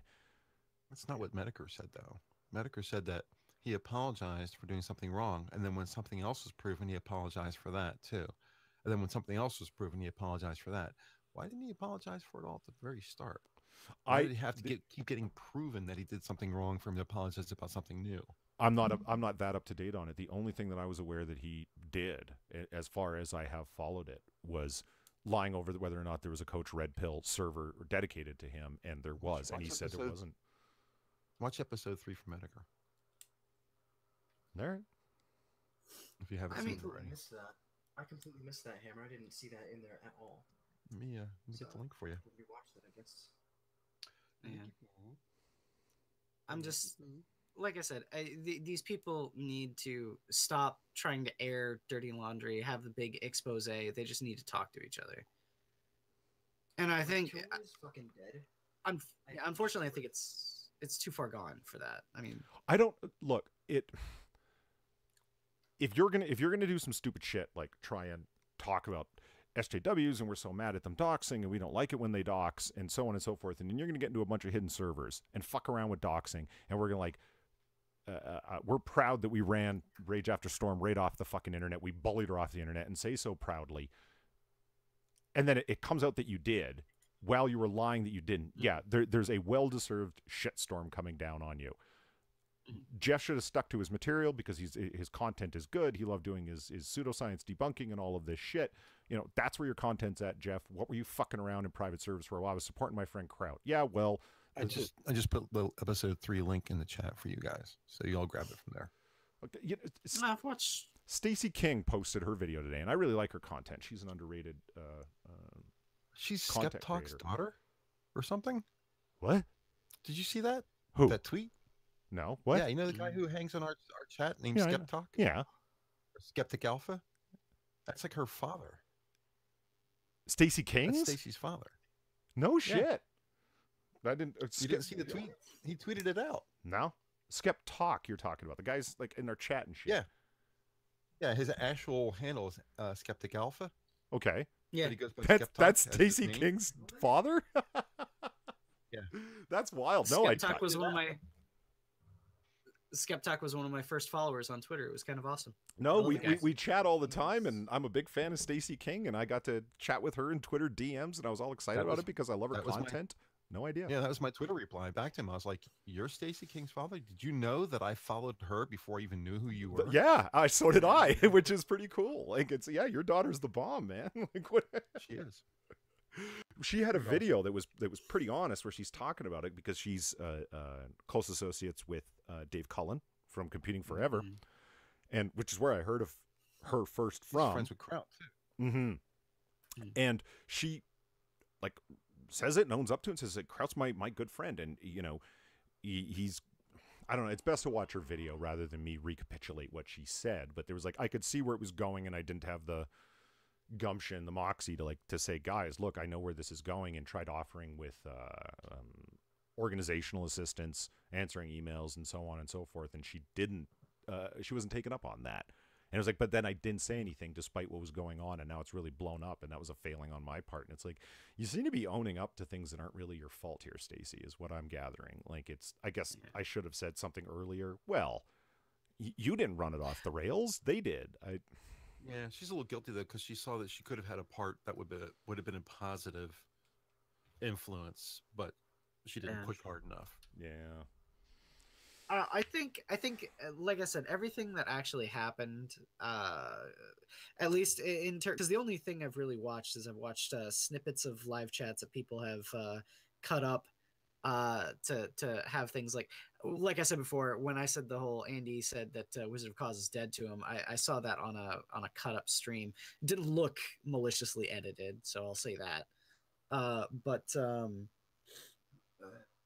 You know what? The only thing I know about any of that was Jeff's video, and all I've got to say is, if that is actually the case, if Jeff is being 100% genuine, if there's nothing else to the story, then everyone should be talking about that, and talking about the wider implications of that. It shouldn't have flown off the rails like it did. You know, Schoolboy said something that's interesting. He said she's going to listen to this, So is Skeptalk. I just replied to him. I said, "Yeah, she's going to hear us gush over how great she is." Well, yeah, that's what I was just about to say. Like, it's okay. Go ahead. I'm excited at the idea of Stacey King listening to my little stream. That's cool. We But missed what Schoolboy said earlier, though, because Schoolboy said who was actually doxxed, though, capital letters, And Yeah. he's got a point. Was there anybody actually doxxed? I mean, so, except for maybe Minding Freedom. Well, Well, there, Coach Red Pill. well, Coach Red Pill. yeah, but Coach he- Fucknuts had fucking doxed himself. There was nothing like Yeah. he's getting. It's No, a, technically, I would say it's actually not doxing because all this information is already on the fucking internet. He had his own like goddamn videos Yeah. on YouTube. I mean, like, did you see the Sargon? when he's Yeah. leaning into the camera saying, "I live at 123 Yeah. Asshole 1, Street." 2, like, 3. It is 1, 2, 3. I'm like, Yeah. oh my god. but it's sort of like riffing off of what School said there. He raises sort of like an interesting idea where it was like, they're going to listen to this. Yeah, imagine how different YouTube would be if it was like, yeah, assume that the person you're talking about is listening right now. Are you going to say the same things? You know what I mean? Like state honestly thinking that they're going to listen. Find you, Jeff. Well, just how much Yeah, how I'm much gonna more find toned you, Kilroy. how much more toned down would things be if Yes. okay, not everyone at the same time. How much more hold on. How much more toned down would everything be if people assumed that everybody was actually like listening to their shit? Not like I heard what you said in that stream last week. And it's like, did you think that nobody was listening? It was on fucking YouTube, man. Assume people are listening to what you're saying. Okay. And you guys were repeating jokes from somebody else's video? Go ahead. Oh. Oh, I'm just saying. The thing about it is, for all of this bullshit, is you're absolutely right about that too. Anything you say on the internet, assume that eventually it's going to get back to the person that they're talking about, and that's partly the reason why I've never really gone out of my way to say anything bad to anyone except for Gemini. But it was mainly because he was calling out the minions of the zoo, not Pop Tart. Pop Tart can take care of herself. She's a big girl. So that's the only real quote beef I've ever had with anyone. And I don't really consider that beef. It was just bants. So yeah, anything that anyone is saying, yes, absolutely go under the assumption that it's going to get back to them. Because this is the internet.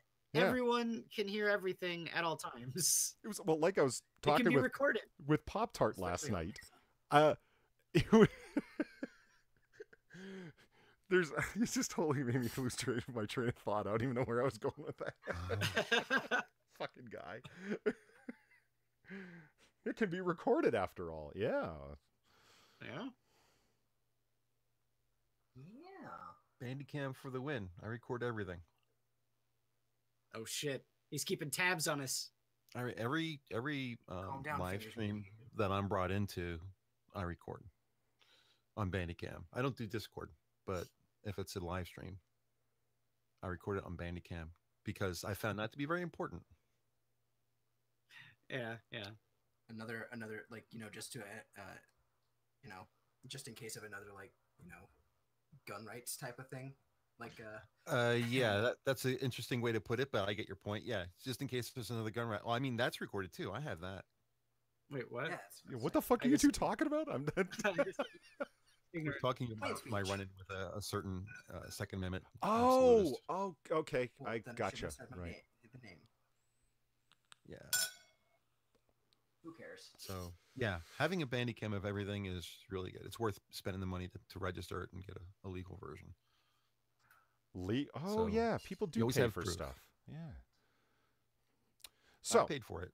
It's one of those programs where stuff that I need to pay for it. So considering, I don't know, we've been running about just over 90 minutes or so. Unless there's, I've got particular tabs and topics to discuss. I'm always happy with a 90-minute show. I don't really mind. Did you guys want to turn over to chat? Yeah, and any other particular fast, rapid action Is there topics chat you guys left? wanted to cover? Am I roboting or is Polly? A little bit. Oh, it was robotic. He's got a small potato. Yeah. Polly's roboting. Hold on, let me check. Am I skipping frames? Holy Christ, I am. Skip to the frame. Yeah, that's buffering. Yeah. Oof. I've got my... Buffer hell. Yeah, you're Infinite Buffalo.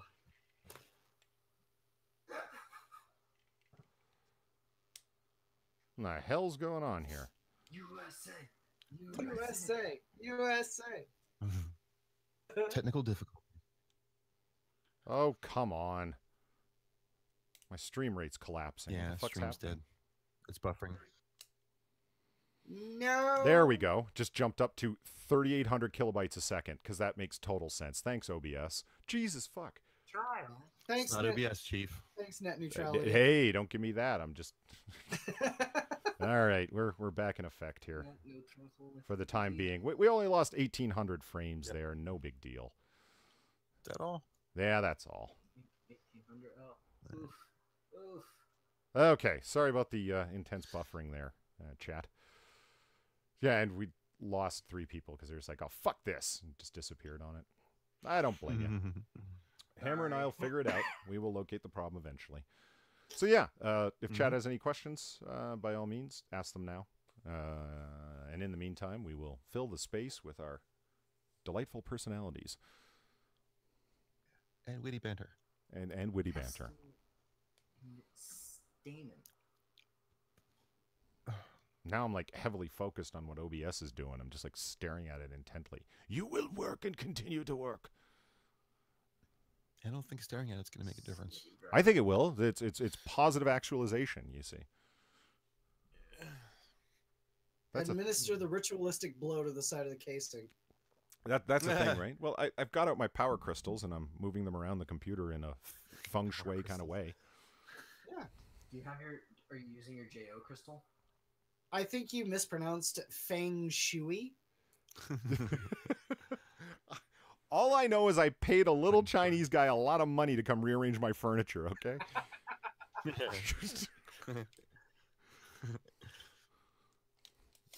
Well, it doesn't look like Chad has any questions, so by all means, we will... Well, Get Jack's outta just here. busting my balls about my internet now. Yeah, well, whatever. Well, join the group because I bust him about his internet all the time as well. So It's not even my internet. I swear to God, it's my IPS throttling me. My material and my content's just too real, and they want to. ISP, What did I say? IPS. Did I say IPS? My, yeah. The internet provider service. My internet Maybe provider it's you. service. See, actually, it does work for that. Is it internet provider service? That's what they are. That's what they do. Yeah. If they actually serve you. Well, Doesn't sound like they're serving you at the moment. Yeah. Well, you know, when we get some time, you and I will eventually get to the point of diagnosing what's going on. so we got 2 historical figure questions. I'm down for that. I'm game. Mustafa asked this on the Minions stream, but name one historical figure that you'd like to have a conversation with. Rene Descartes. Historical figure. Jesus, I'd like to have a real, so conversation what with. stretches that. Got him. Historical figure. That's a good question because there's so many good choices. Yeah, If I you know. say I just had to Jesus- name one right away. Yeah, Jesus. That'd be Jesus, of course. Yeah. Well, I'd go for the other Messiah, Apollonius. I'm more of a Simon Templar guy. We'll just...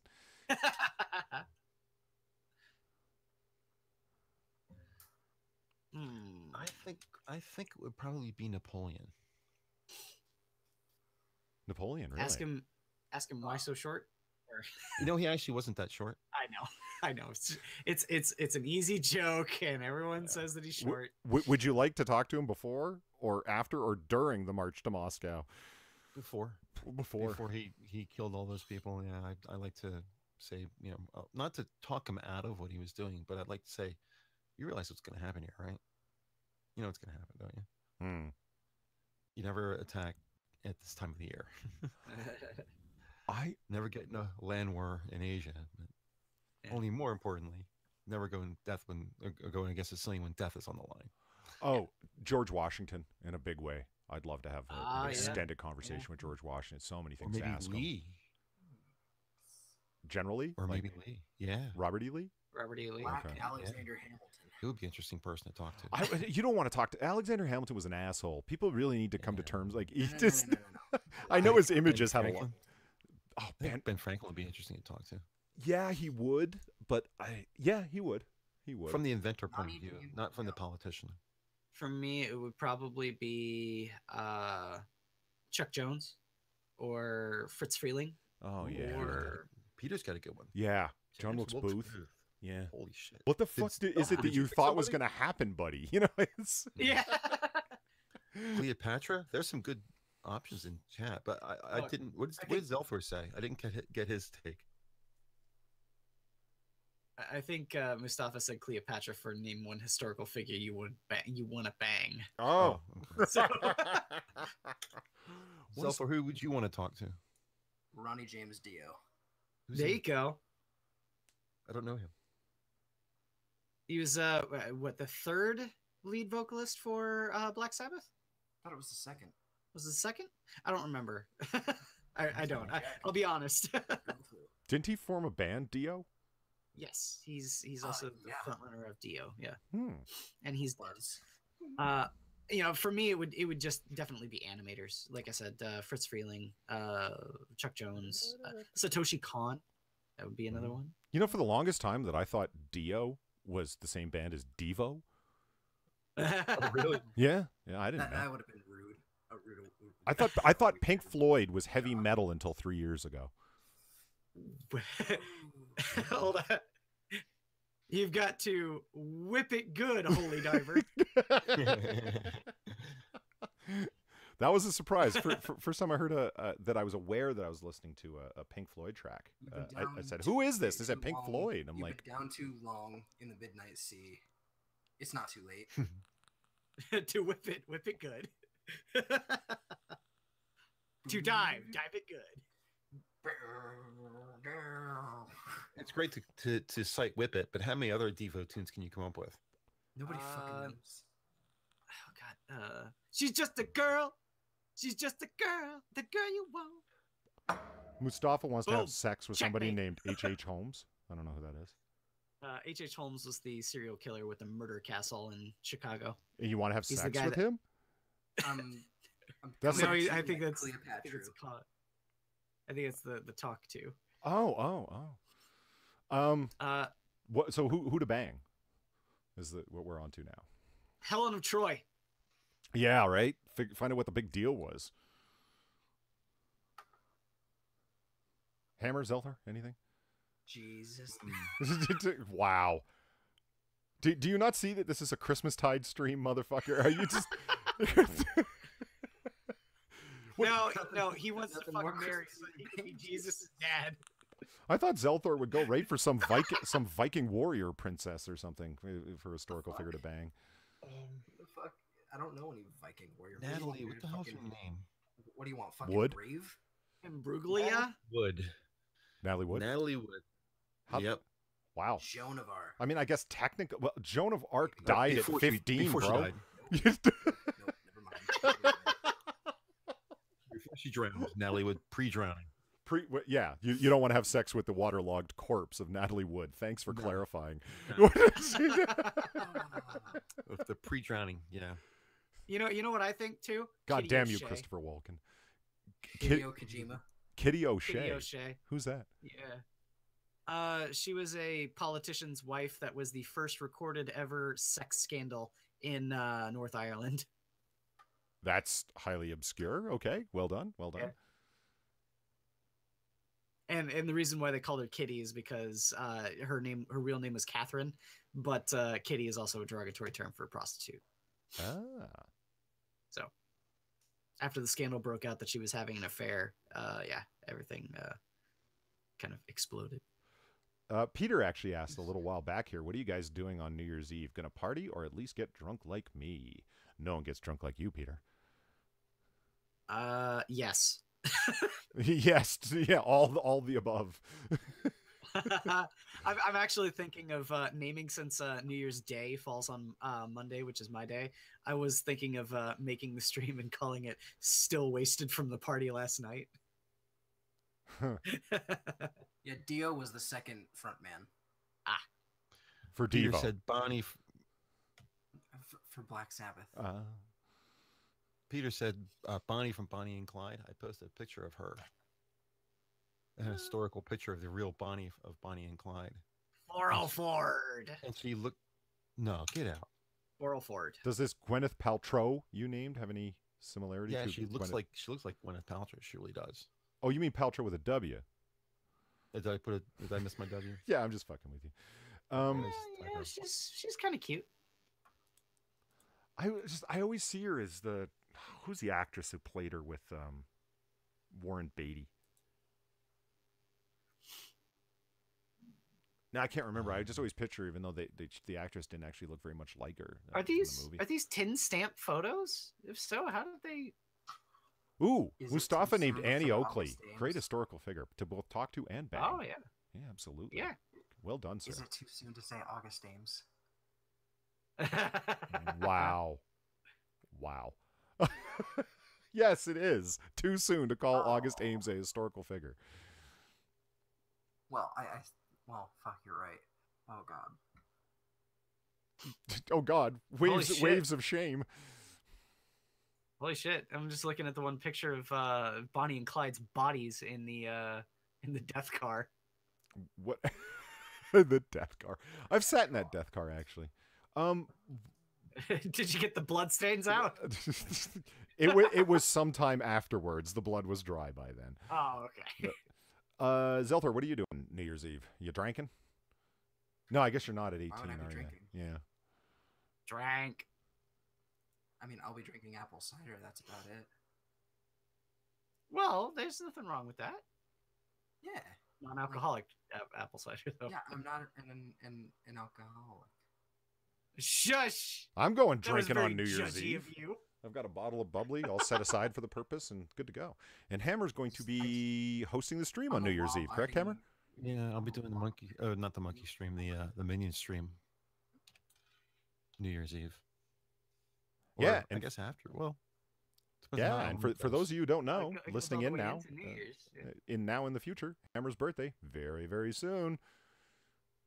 Ooh. my birthday is New Year's Eve. Yeah. It's December 31st. Well, Very, happy very soon. birthday in the future. So Thank you.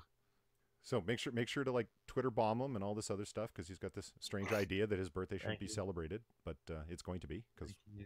we will force Well, it it's, upon it's him. not a big deal with my family. We're going to make it a big deal, damn you. We We're your family my now. family really doesn't really never did. Even when I was younger, God, we never really did celebrate all that stuff like birthdays and holidays. I mean, it was like get together, sit down, have a nice meal, talk to each other. Kind of a bonding thing. But it was never like presents. When I was a little kid, it was. But I mean, I got to my 20s. My brother's older than me. My sister's younger than me. We're all around the same age. We're within 6 years of each other. So as we grew up, that stuff just kind of trailed off. I'll say this. I get gifts for my parents, but I don't for my brother. Mainly because I don't want the obligation of also getting presents for all of his kids. He has 5. Holy crap! So, Ew. yeah. They're great kids, so. Seems like he pulled a Worski and didn't pull out. Wow. Okay. Yeah. Okay. He's Mormon. I think that's a crime. Who? My brother is Mm. Mormon. Thought we were Only still Clyde. talking about Bonnie and Clyde. I was like, Clyde was Mormon? Yes, yes, he was. He was a very lax Mormon, but a Mormon nonetheless. Yeah, very inactive. All right. I think we ran through the questions and some other fuckery to boot. So on that note, I think we will call it quits. So running left to right along the bottom, I would like to thank the panelists for being here. Inquisitor 8.1, Shit. Have a good night, all. the One-Ton Hammer, Have a good night, everybody. And for Platty, boop. And for Schoolboy, don't die. nice, and of course, Zilthor the Blind. Where did your eyes Jews go? aren't Real? What? Jews aren't real. Jews aren't real. Just trying to think of something. Hang on. Bye. You want a minute to contemplate that? Well, you don't have it. Okay, The so cut is strong with this one. Okay, we're done. Cut the feed. Fuck it, we'll do it live. we are doing it live. Can't you tell? It's just. Good night, everybody. All right. Have a good night, everyone. Chat, as always. Thanks for coming through. And remember, we got a few more days left for Christmas stream, so we're going to squeeze a few more in. Thanks for showing up, everybody. See you next time. Bye.